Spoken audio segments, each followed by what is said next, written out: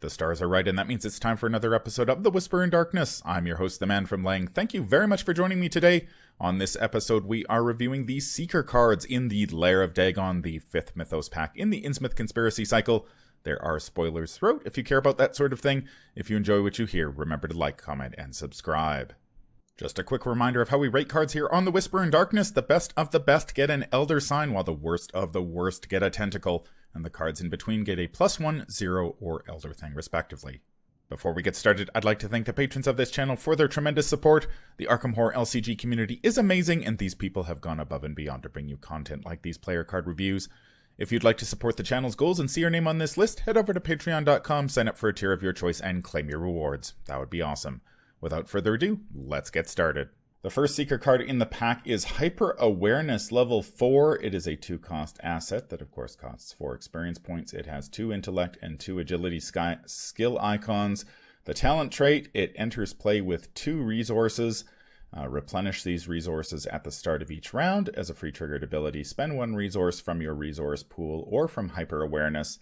You get +1 intellect or +1 agility from this skill test. So there are quite a few Seekers and off-class Seeker investigators that play the level 0 version of Hyper Awareness, and certainly replenishing 2 resources per round is a nice perk.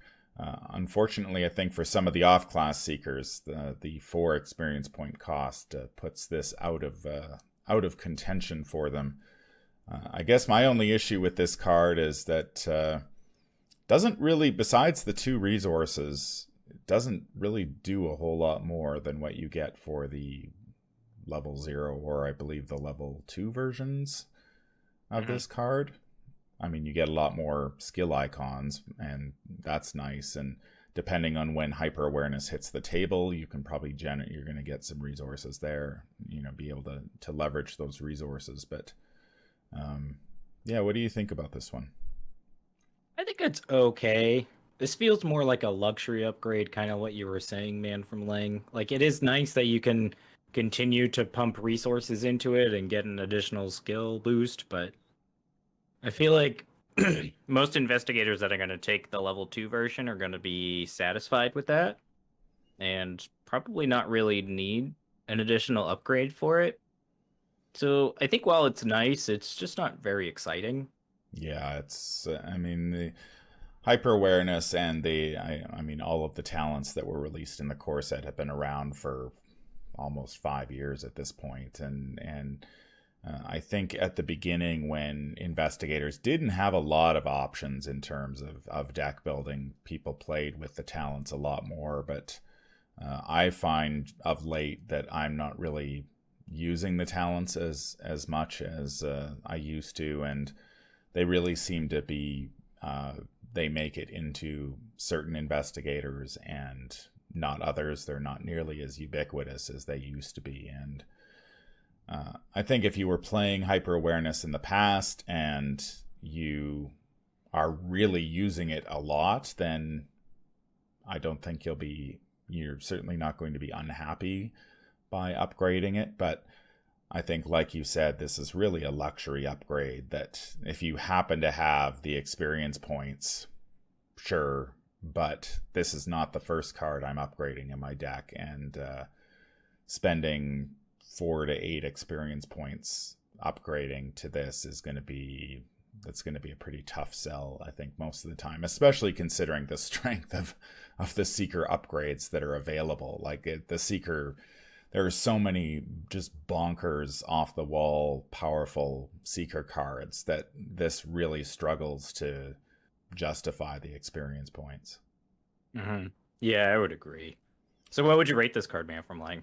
I'd give this one I think I'd give this one a 0. I mean, it's fine. It does what it's supposed to do. I mean, I have issues with the cost and stuff like that, but as far as cards go, it's okay. If you were playing it before, you'll be happy with this. If not, what about you? Yeah, I think I'm right there with you. It's decent, and I'm sure if you had it in your deck and you played it, you wouldn't be disappointed when you played it, but it's just not very exciting. Yeah. Yeah, certainly not compared to some of the other upgrades and purchases that you can make in the Seeker card pool these days. The second Seeker card in the pack is Stygian Eye. It is a 10 cost event that costs 3 experience points. It has 3 willpower skill icons, the Insight and Cursed traits, fast, play only during your turn. You can reduce the cost to play Stygian Eye by 1 for each curse token in the Chaos bag. Until the end of the round, you get +3 to each of your skills. I think adding 3 to each of your skills for an entire round is undeniably powerful. And the 3 wild skill or the 3 willpower skill icons, are very having started to play more on hard difficulty. Those masses of skill icons really come in handy once you bump up the difficulty. The Insight trait is nice. It synergizes with cards like Joe Diamond, who can sort of get this a little bit cheaper. But I think the biggest issue with this card is that the value is just so conditional on how many curse tokens you've got in the bag.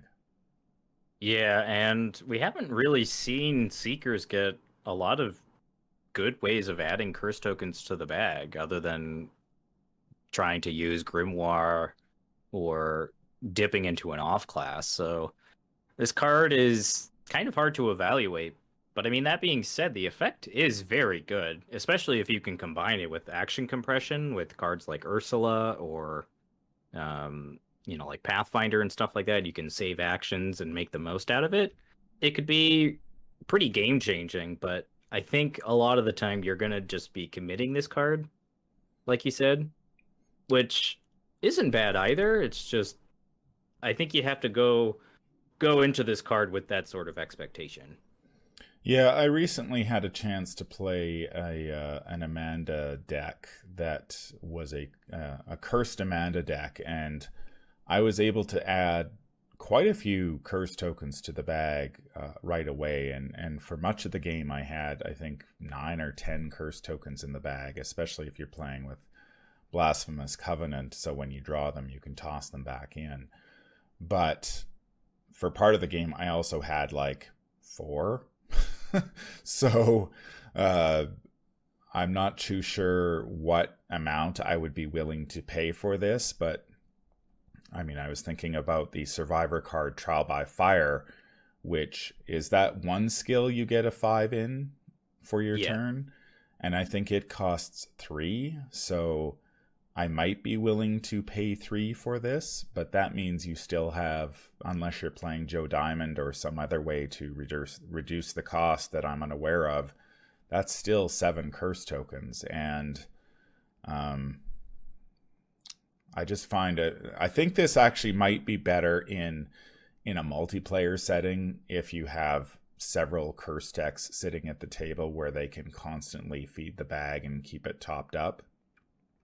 Then a card like this, I think, is probably fantastic, because you've got that extra support from the other curse deck that can fuel the bag. But I think at least my experience in playing solo is that the curse and bless I don't think they're quite as reliable as they might be in multiplayer, where you've got multiple decks feeding the bag.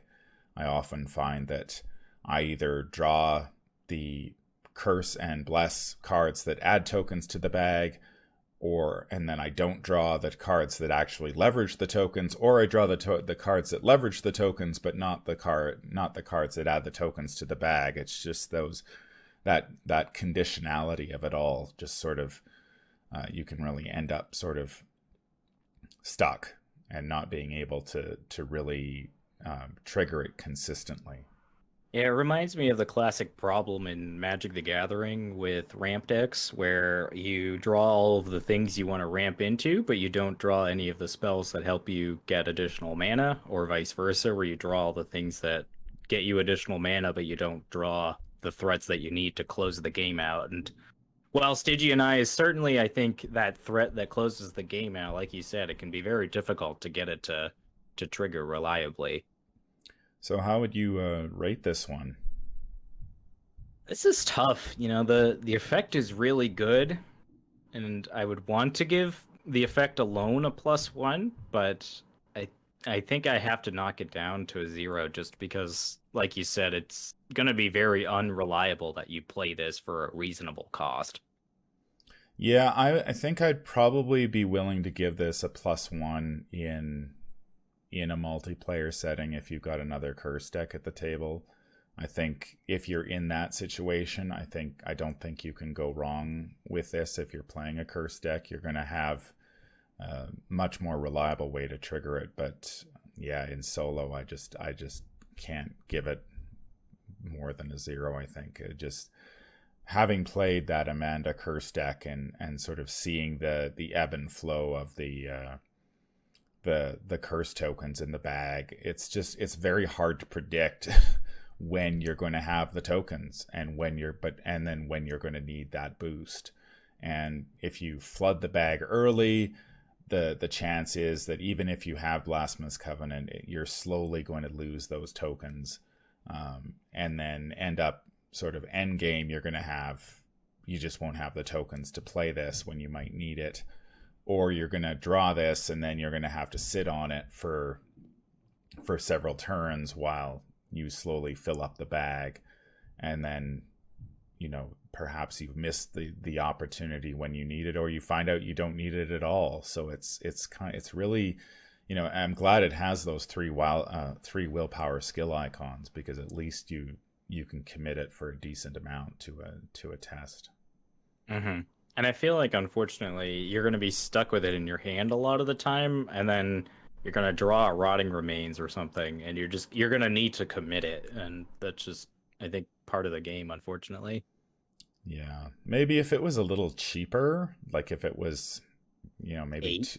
two experience points, and like I know that Joe Diamond can bring this down to an 8, but you can't really stick this in your hunch deck either, because then you're just adding another element of uncertainty to when, am I going to pull this at the right time when I have the right amount of tokens? I mean, it's just really awkward that way. Yeah, and with putting it in your hunch deck, you lose the advantage of having the the 3 willpower skill icons, so it's Yeah. kind of defeats the purpose. So That's going to do it for our look at the Seeker cards in the Lair of Dagon. We have Seekers don't walk away with the pack, unlike what they usually do, it seems, these days. Hyper awareness, it's nice, but not very exciting. Gives you a little extra boost with the 2 replenishing resources, which is great if you're using this card a lot. And Stygian Eye, an asset for the curse deck, but one that I think you probably want to look at more in multiplayer than in a solo setting. That's going to do it for this episode. If you enjoyed what you hear, remember to like, comment, and subscribe.